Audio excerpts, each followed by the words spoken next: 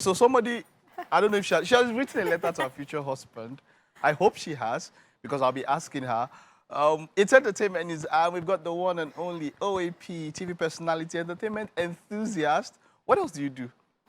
I think you covered it all for I now. got it I all. don't like to brag, you know. Deborah Waters. I don't want a booger. It is great to have you. Same here, Have you written a Michael. letter to your future husband? Have I? Have you ever thought about it? I have, but I would rather, not a letter, I would rather say it verbally.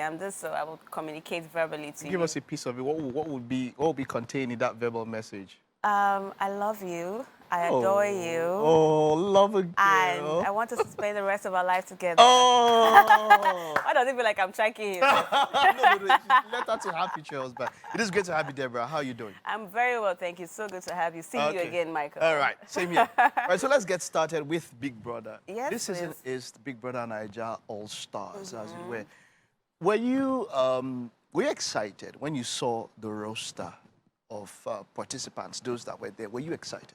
I wasn't so excited. In fact, it just feels like, even I've heard this from quite a number of people, and they say like it feels like, they just go, it's the people that they were able to get that they pulled into the house. I love the likes of White Money and Mercy, but there are some people that I just feel like, what's this person doing there? Because when the person we gave them the first chance, they did not really They take don't do advantage. so well. So who would you have expected, just before we get into the meet, who would you have expected from the different seasons that you would have loved to see? Well, that is not there now. I would have loved the disqualified housemates for a start, because I felt like maybe some of them didn't really have a chance to really, you know, they were disqualified. I get your point. So I felt like seeing some disqualified housemates, would love to see the dynamic, because this is them trying to prove themselves that, I'm not going to get disqualified this time, and I'm still going to give you drama at the end of the day. I like that. So I don't know if maybe the rules say don't bring a disqualified housemate. But yeah, but I would love to have seen the disqualified housemates and the dynamic that they could have brought. All right, so the first person that has left the house is Princess, of course, and she's one of the people that people are like, why are you here? You know, she's one of them. I mean, that's serious. And maybe people were not shocked, as it were, you know, but what were you, were you expecting that she would be amongst the first people? What are your thoughts? First, I didn't even expect that she would be one of the All-Stars. Okay. So to say. I didn't expect that she would be one of the All-Stars. But when she came in fact, she was one of the faces that I could not, I was like, is she part of a BB Naija also? Wow. Wow, interesting. Okay, fine. She is part of BB Naija. Let's see what she has to offer on this second, this second chance, so to say.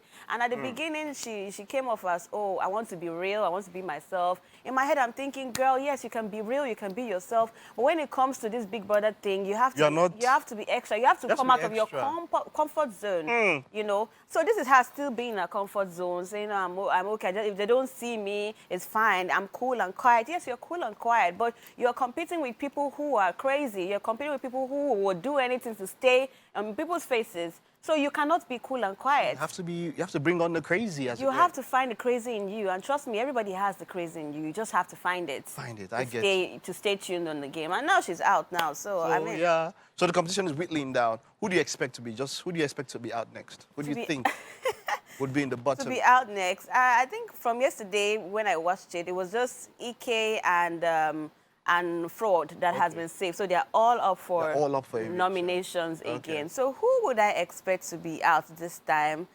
I would say maybe Soma.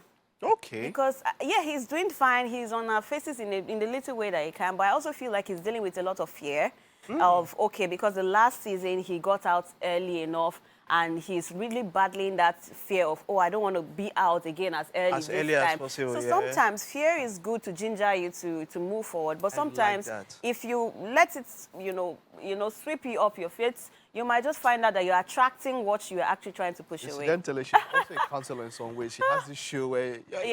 host of Deep Waters with Deborah Waters. Yes, we have deep things right there. All right. So now this one is deep. Our next story is quite deep. Okay. Yul Edochie speaks on his son, Yul. Of course, we know the story about Yul and his second wife. I wouldn't call it second wife because, I mean, the Nigerian Constitution legally does not, does not recognize a second marriage, except it is traditional and all of that. But as it were, they have been in the news. You know, every time when they want to just pepper you, they'll bring up one video, and people would now talk about them and all of that. But he spoke about his son, and he says that he wasn't in the know. He wasn't, you know, he wasn't asked for his own and all of that. Because, of course, his son is a man and all of that, even though he's a father and all of that. Yes. And then there was some response from him. But what do you think about a family bringing up stuff like that in the public? And what do you think about the situation, considering that all of this happened? You really think that he didn't know? Well, I feel like Pete Edochie is in a very tight corner, if you ask me. Yeah, because he's a public figure, then he's the father of this person that is being talked about, and then he has to try to also be for his son and against his son at the same time. Because at the end of the day, it's still his son, you know. No matter how bad, how do they say this thing in Yoruba? Like, no matter how bad a child does anything, at the end of the day, you are still the son of your father. Say it in Yoruba. Say it. I don't know how to say it. You're not saying, when you say Yoruba, them also speak Yoruba. You're not still using English. I'm sorry, All right, guys. I get you. Yeah, so I think he's in a very tight corner. Yes, I know that you should scold your son when it needs to be, but your son is still a father to somebody else. Your son is still your son, but he's an adult and he can make his own decisions by himself.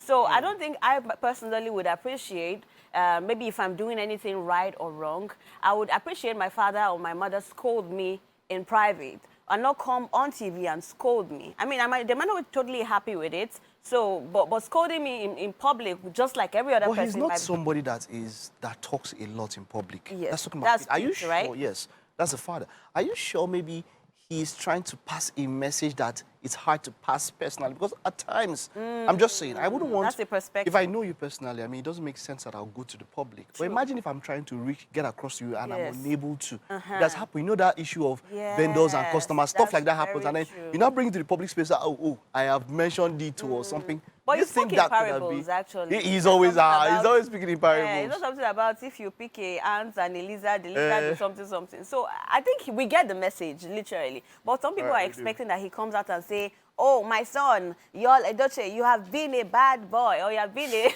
He won't do that. He's in a very tight corner, all right. I must say. Now, this next story is one that really gets to me in a different kind of way. Now, Jamie Foxx apologized to the Jewish community and anyone who was offended after a post he shared. And the post, the exact post now goes on to say, he was talking about fake friends. And then he made reference to the fact, he says, they killed Jesus. He said, they killed this dude named Jesus. What do you think they will do to you? It's... You know what gets to me now? Is how a lot of people take offense from... The object here was, he was talking about fake friends, not about whoever killed Jesus. The point is that some people killed Jesus, as it were, according to history or as it were. So he's not talking about, look, those people, there were people that were close to him and they killed him. He was making a reference to fake friends. And and some members or some people in the Jewish community picked it up and said it was anti-Semitic comment and all that, which I don't think it was. But of course, I mean, these days, everybody is offending somebody and everybody's apologizing, and he had to put up this apology. What are your thoughts about that? I understand that so it's not, this celebrity life is not easy. Because anytime you're posting something, you have to be thinking from multiple perspectives. You know, sometimes you can be yourself, which is cool, but sometimes you have to think from multiple perspectives. See this Davido's Chinese video that they did about the Muslim thing. They had to take it down because of the entire religious backlash. So while I also understand it, when I saw the post, it was very clean, like there was nothing about it. But again, as a public figure with over 16 million followers, you also have to be thinking in you can't be yourself, honestly. Sometimes you can't be completely this is the reason why I like Dave Chappelle. If that was Dave Chappelle, he will fire back and because look, there was no no. But he apologized. Well, like you said, political correctness. He had to just the pressure and all that. I said if you were offended and all that, but look, man, let me just keep my own. That someone will come and say that they'll tell me to apologize because Mike is I'm not apologizing for nothing. Deborah, thank you so much. We have run out of time. I wish we had more time to talk to you. It's a pleasure always talking to you. All right. Thank you so much. See you some other time. Thank you.